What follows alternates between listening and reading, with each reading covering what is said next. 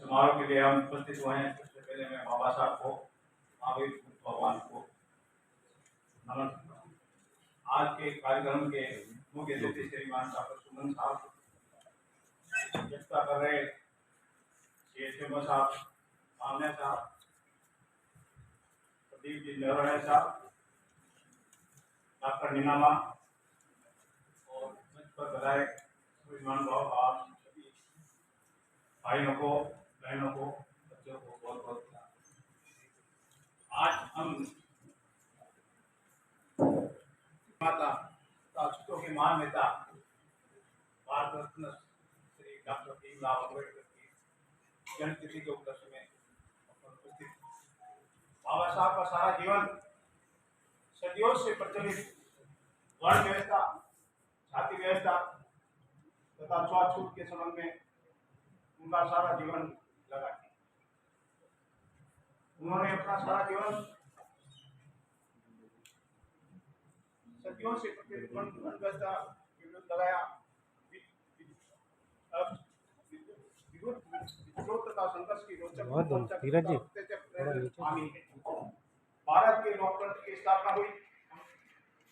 हमारा देश आजाद हुआ, राजनीतिक स्वतंत्रता मिली, सामाजिक स्वतंत्रता में आज भी नहीं मिली। आज भी मुझ देश का बोलबाला है।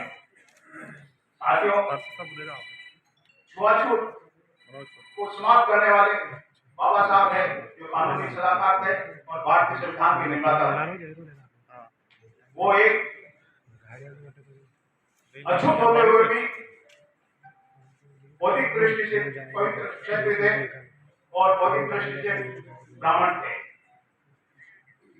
बाबा साहब ने संविधान लिखा। संविधान क्यों लिखा?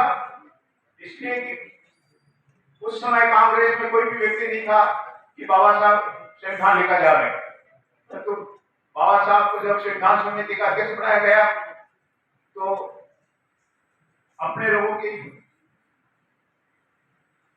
बात रखने के लिए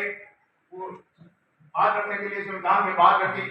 सरदार वल्लभ भाई पटेल से बात की तो सरदार वल्लभ भाई पटेल ने मना कर दिया, तो उन्होंने अपना इस्तीफा दे दिया। साहब ये इस्तीफा दे दीजिए, मेरे को नहीं कर। तो सरदार वल्लभ भाई पटेल ने कहा नहीं, आपको ही संविधान लिखना है, क्योंकि मैं जानता हूं कि आपके सिवाय इस देश में कोई भी ऐसा व्यक्ति नहीं है जो संविधान लिख सकता है। बाबा साहब के संविधान लिखने के मुख्य क्या उद्देश्य थे? बाबा साहब के आंदोलन के 4 सूत्र थे। पहला सूत्र था ये सामाजिक क्रांति और व्यवस्था परिवर्तन का। हिंदुस्तान में व्यवस्था हिंदू धर्म के आधार पर व्यवस्था है। हमारे देश में सामाजिक ढांचा हिंदू धर्म के अनुसार है, किंतु उस ढांचे को परिवर्तन करने के लिए हमें संघर्ष करना पड़ेगा, क्योंकि हिंदू व्यवस्था एक ऐसी व्यवस्था है जिससे हमारे कोई भी उद्धार नहीं हो सकता। तो उसके लिए हमें सब मिलकर के संघर्ष करना पड़ेगा। दूसरा, जो हमारे मानवीय अधिकार ले गए हैं, मानवीय अधिकार, उन अधिकारों को दिलाना होगा। ये बाबा साहब का उद्देश्य था और बाबा साहब ने अधिकार दिला दिए, किंतु उनके अधिकार अधूरे भी। सामाजिक व्यवस्था के अधिकार आज भी हमारे साथ छुआछूत होता है। हमारे लोगों को मार दिया जाता है। मालवे के अंदर अभी भी एक लड़की को मार करके उसके टुकड़े टुकड़े करके फेंक दिया गया। ये बड़ी शर्म की बात है कि हमारे लोगों के साथ ऐसा व्यवहार होता है।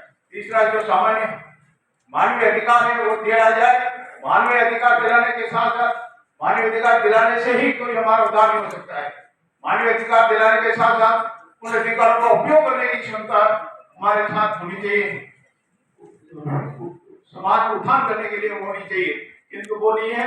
जब तक हम हमारे समाज के जो अधिकार दिए गए हैं उनको उपयोग करने के लिए हमें अधिकार नहीं मिलेगा, तब तक हमारा कुछ नहीं हो सकता। तीसरा, बाबा साहब की 3 दिशाएं थी। बाबा साहब का मुख्य उद्देश्य था स्वाभिमान देना। बाबा साहब का मुख्य व्यक्ति का स्वाभिमान दिलाया जाए।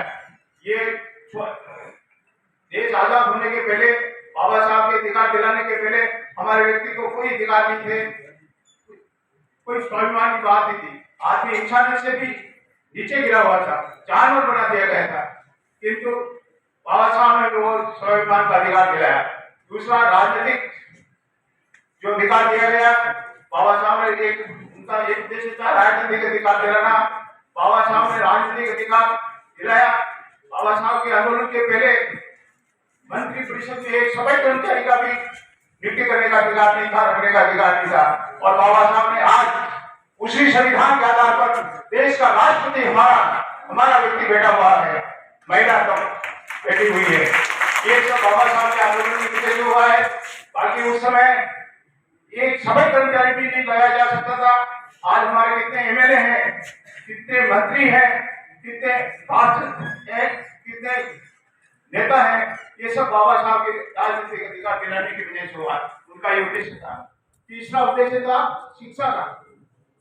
बाबा साहब के पहले किसी भी व्यक्ति को कोई अधिकार नहीं थी पढ़ने के। बाबा साहब ने ये अधिकार दिलाया और उनका ये उद्देश्य था।